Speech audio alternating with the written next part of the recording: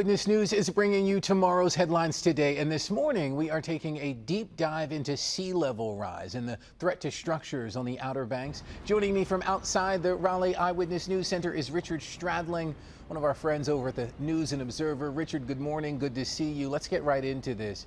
Before you wrote about all this, you took a trip out to Ocracoke Island. We want to hear more about the problems you saw at the ferry terminal between Ocracoke and Hatteris. That's right. So this is the car ferry between Hatteris and Ocracoke Island, and on the north end of Ocracoke Island, the ferry terminal has been eroding away. I mean, the ocean has gotten closer to it. The area where the cars wait in line to get on the boats has been washed away in parts, so now the cars are lined up out on the highway. The septic field at the restrooms has also been partially washed away, and so now they need to empty the septic system every week or so by truck. So they've been able to protect the basin where the boats land, but they're trying to figure out how to protect the entire terminal now. Yeah, it's happening right in front of our eyes. Look, this is having a big impact, Richard, on visitors to the island. So fixing the problem now falls on the State Department of Transportation. How's NCDOT working to address this?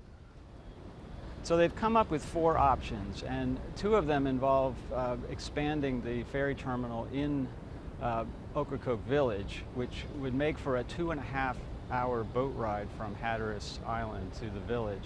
Would also put a lot of traffic right in the village, which a lot of people are not excited about.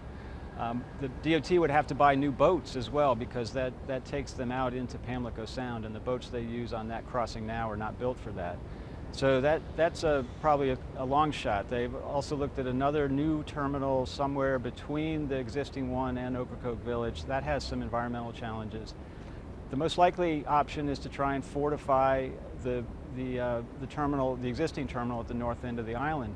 The challenge there is that the road from there toward the village, the first 1.5 to 2 miles of it, is very close to the surf. DOT's put a bunch of sandbags in there to keep the water off of it, but during storms and high tides, it can flood, and so they're going to have to figure out a way to make that road viable as well. Yeah, a bunch of solutions that just present more challenges. Let me ask you about the Hatteris Inlet. It's drastically shifted over the past 4 decades. What comes next?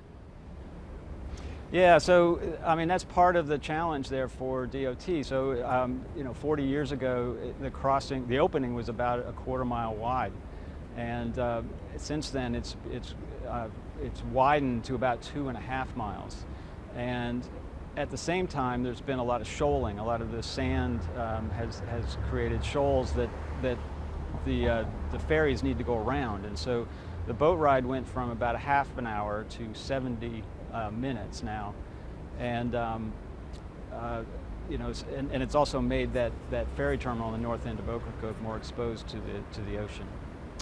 Sea levels rising out on the North Carolina coast, definitely something to keep our eye on. That is Richard Stradling with the News and Observer. Richard, thanks so much for joining us. You can read more on Richard's report in the N&O on the website or in Sunday's paper. Richard, thanks.